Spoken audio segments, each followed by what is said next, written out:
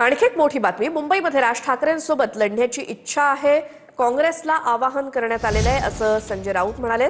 तर काँग्रेस मुंबई सोडून उर्वरित ठिकाणी एकत्र लढण्यास मात्र तयार आहे असं देखील संजय राऊत म्हणाले। तर राऊतांच्या इच्छेबाबत आम्हाला आदर असल्याचं हर्षवर्धन सपकाळ यांनी म्हटलं असून राऊतांच्या इच्छेबाबत काँग्रेस सहमत झाली असती तर आनंद झाला असता असं देखील सपकाळ म्हणाले।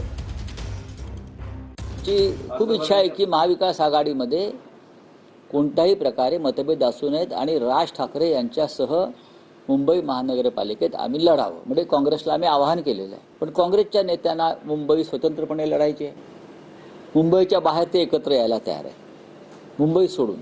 आता त्यांची काही गणितं असतील, अमरावती, चंद्रपूर, वर्धा या भागात काँग्रेसला मोठ्या प्रमाणात नगरपालिकात यश मिळालं, पण मुंबईचं राजकारण वेगळं आहे। आम्ही त्यांना वारंवार आवाहन करतो की आपण एकत्र लढलं पाहिजे।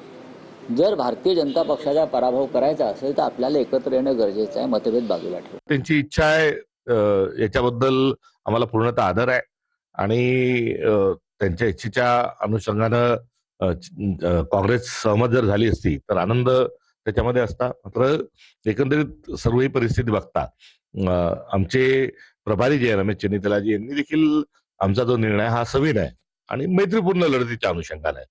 आम्ही सोबत लढलो असतो तर ठीक झालं असतं, पण नाही, तर आता आपण मैत्रीपूर्ण लढू अशा स्वरूपाचा जे संवाद आहे हा राऊत साहेबांशी त्यांनी साधला।